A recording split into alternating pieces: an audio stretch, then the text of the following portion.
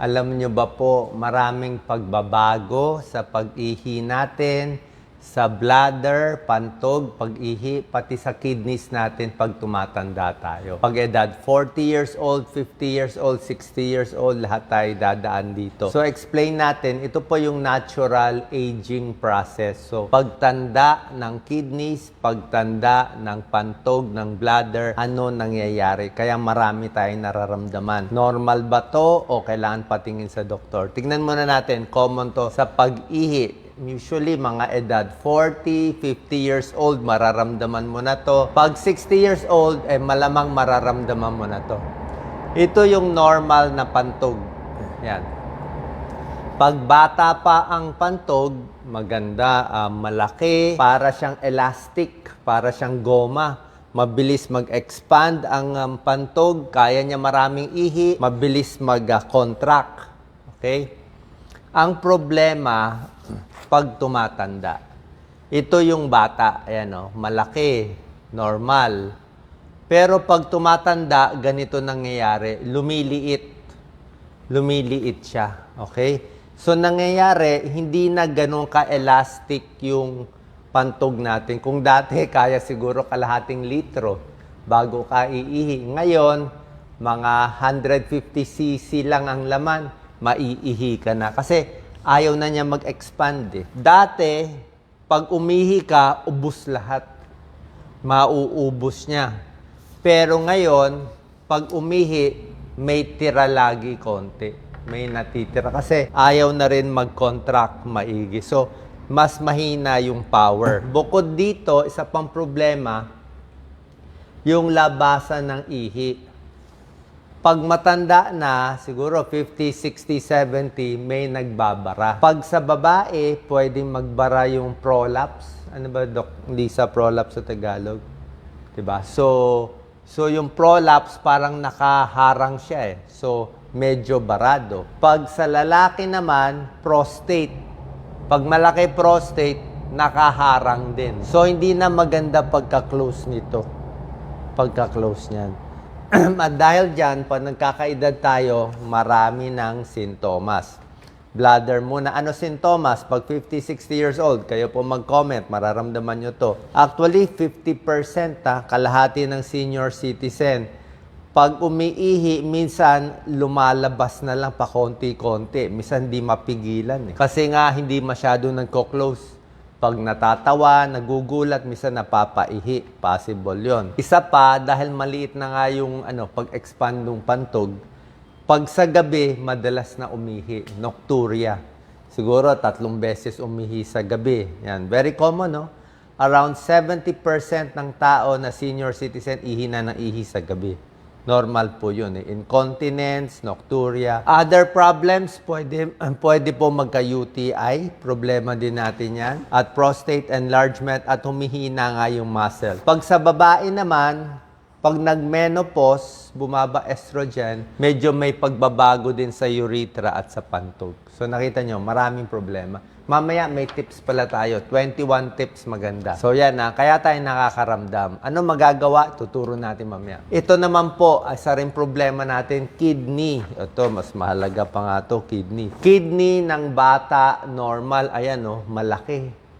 Kidney ng tumatanda, biglang lumiit. Lumiliit ang kidneys pag tumatanda. Marami nangyayari. Yung kapal nito, cortical volume, makapal. Yan pag bata pa. Pag tumatanda, numinipis. Ito, nagiging mas rough. Dumadami ang cyst. Minsan may cyst. Maganda kung cyst lang. Ayaw natin bukol. At ang kidneys natin, may mga filter yan May mga filter ang kidneys May mga nagfi-filter sa kidneys Yan Age-related changes Ang filter, tawag natin dyan, parang mga isang grupo ng cellula yan. Tawag natin dyan nephron. Kailangan marami kang nephron para malabas yung dumi. Diba, sa ihi natin, ma-retain yung mga importante, yung mga protein, i-retain, yung mga dumi lang ilalabas. Ang problema, pag tumatanda, nababawasan. Merong mga namamatay na cellula. So, pakonti ng pakonti. Ang kidneys natin, pahina ng pahina pag tumatanda ang pasyente. 50 years old, 60 years old, 70 years old, normal aging yan. Yung pag-filter ng dumi, mas humihina. Okay? Yung pag-alis ng waste products, humihina. Kidney function, humihina. Diba? Kaya nga mas delikado. Pag mas matanda, huwag natin masyado pahirapan yung kidneys. May tips tayo. Ito ngayon ang problema. Kaya maraming may kidney failure sa Pilipinas. Pag tumatanda, pag 50, 60, doon na papasok ang high blood. Doon na papasok ang diabetes, ang heart disease. So, pag naka-high blood, diabetes, heart disease kapag tumatanda, ito, normal aging, lumiliit na siya eh. Tapos may high blood, may diabetes ka pa, lalo niya masisira to. So, pag nasira ng high blood at diabetes, itong lumiliit na, di ba? Lalo pa siya liliit at pag lalo siya liliit, lalo ka ma-high blood. Kasi hindi niya malabas yung mga asin eh. Lalo ka pa magkaka-diabetes. So, ulit ng ulit, palala ng palala. Kaya dapat gagamutin yung high blood at diabetes. Kahit nga normal lahat, liliit pa rin eh. Pero kung may high blood diabetes, hindi ginagamot, lalong masisira. Kaya ang dami nagdadialysis sa atin. Tataas ang risk ng chronic kidney disease. Pati yung mga gamot na maraming gamot, mahihirapan din yung kidneys. Pag tumatanda, mahina pa uminom ng tubig, di ba? Kaya ang daming problema. See, kidneys, bladder, may diferensya. Ito pa, para sa mga lalaki, prostate. Maganda tong example, Doc Lisa. Oh. Pag bata pa tayo, edad 25 years old, ang prostate size ng parang mani walnut. Ayan, maliit lang walnut to. Normal 20 to 25 milligrams. Pag naging edad 40 years old na, nako medyo malaki na yung yung size. Lumalaki na yung size. Ayan. Pag 50 to 60 mas malaki na. Tapos 70 to 80 mas malaki na yung size. Okay? So, yan po ang problema. Marami nagkaka-UTI. Ayan, no? Lalo na pag senior, tulad na sinabi ko. Ayan, no? Maraming sintomas. Pag UTI ang problema, ang sintomas natin, yan, no? Hirap umihi, pwedeng lalagnatin, mabaho yung ihi, masangsang, masakit sa likod, masakit sa dulo ng ihi. Yan, no?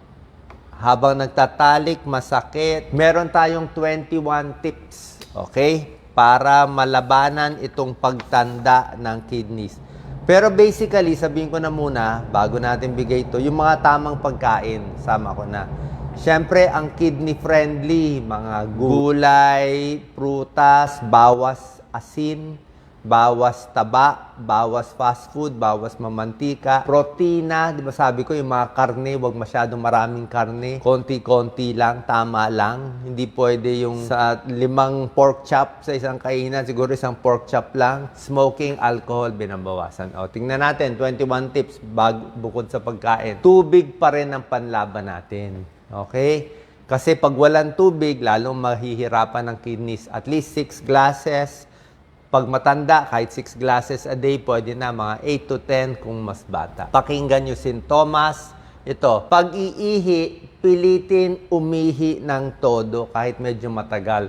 Actually, isang tip ko nga, pag umihi kayo, di ba? Let's say, medyo may edad na, 50, 60. Pag ihi nyo, paghintay kayo ng mga 1 minute, ihi ulit. May second urination. Kasi nga may naiiwan eh.